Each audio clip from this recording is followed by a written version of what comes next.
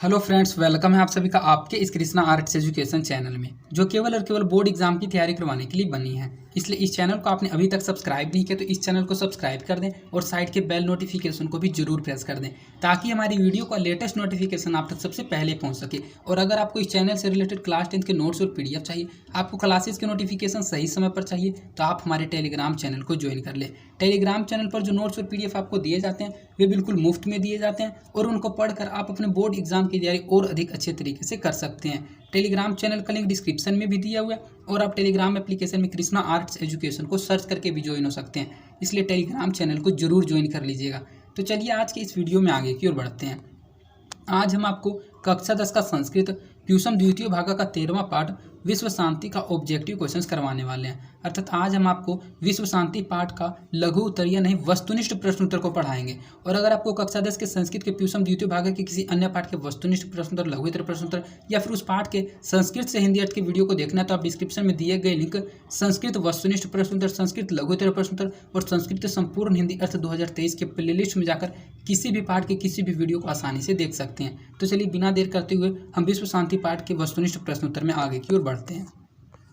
आपको करना क्या है, सिर्फ इस वीडियो में लास्ट तक बने हुए रहना है। मेरी सभी बातों को माइंड कंसंट्रेट करके समझते हुए चलना है। मेरी कोशिश यही रहेगी कि इस वीडियो में हम आपको ये सभी क्वेश्चन अच्छे से याद करवा दें।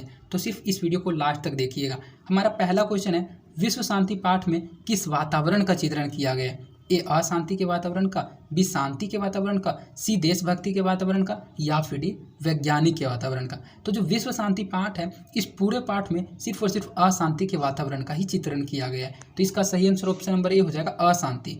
विश्व शांति पाठ में किस वातावरण का चित्रण किया गया? तो विश्व शांति पाठ में अशांति के वातावरण का चित्रण किया गया है।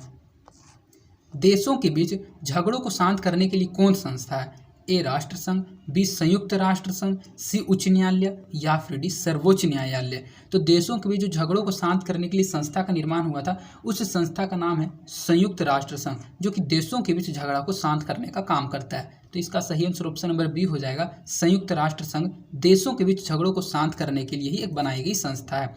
दुख का विषय क्या है? अशांति, शांति, सार्वभौमिक अशांति या फिर सार्वभौमिक शांति। तो दुख का विषय पाठ में आपने पढ़ा था सार्वभौमिक अशांति है, अर्थात सभी जगह इस संसार में अशांति फैली हुई है। तो यही दुख का एक मेन विषय है। तो इसका सही आंसर ऑप्शन नंबर सी हो जाएगा, अशांति। सार्वभौमिक जो अशांति है वही दुख का विषय है।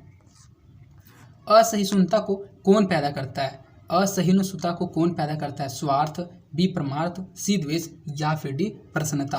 तो जो द्वेष है, द्वेष ही असहिष्णुता को जन्म देता है, अर्थात इसको पैदा करता है। तो इसका सही आंसर ऑप्शन नंबर सी हो जाएगा, द्वेष असहिष्णुता को पैदा करता है।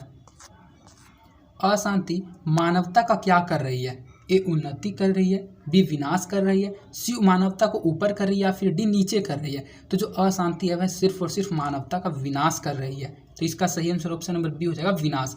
अशांति मानवता का क्या कर रही है? तो अशांति मानवता का विनाश कर रही है। किसके बिना? ज्ञान भार स्वरूप है।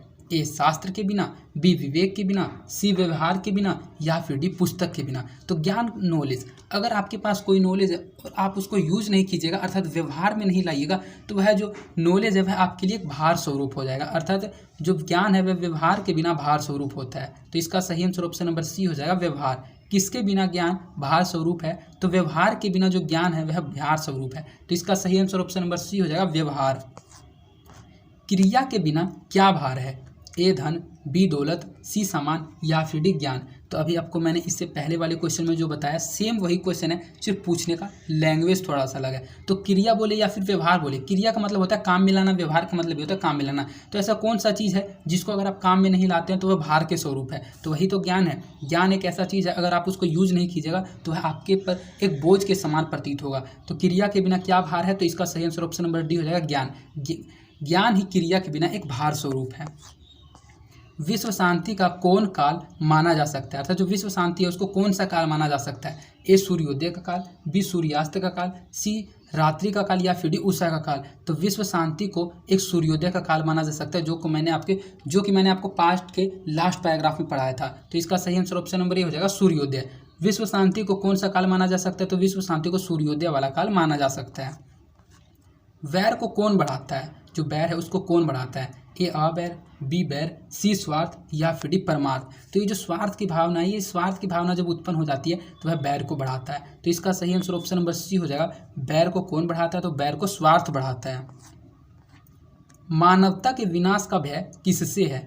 ए अस्त्र से है, ए शस्त्र से है, बी अस्त्र से है, सी अस्त्र और शस्त्र दोनों से है या फिर डी इनमें से किसी से भी नहीं है। तो मैंने आपको पाठ में पढ़ा था अस्त्र हानि, अर्थात जो मानवता के विनाश का भय है वह सिर्फ और सिर्फ शस्त्र से है। तो इसका सही आंसर ऑप्शन नंबर शस्त्र नहीं अस्त्र हो जाएगा। तो इसका सही आंसर ऑप्शन नंबर बी हो जाएगा अस्त्र।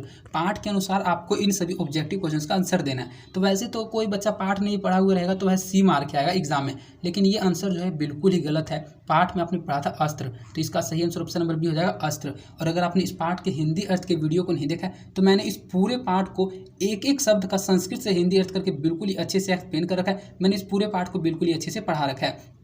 आप इस वीडियो को देखने के बाद इस पाठ के हिंदी अर्थ के अर्थात संपूर्ण हिंदी अर्थ वाली वीडियो को जरूर देख लीजिएगा, क्योंकि अगर आप पाठ को अच्छे से पढ़ लेते हैं तो ऐसा एक भी ऑब्जेक्टिव व सब्जेक्टिव क्वेश्चन नहीं होगा जो कि आपसे एग्जाम में नहीं बनेगा।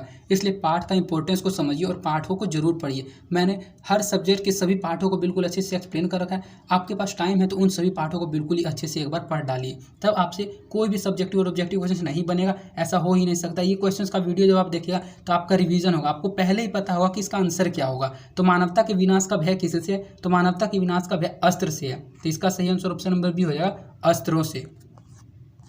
अनेक राज्यों में परस्पर क्या चल रहे थे?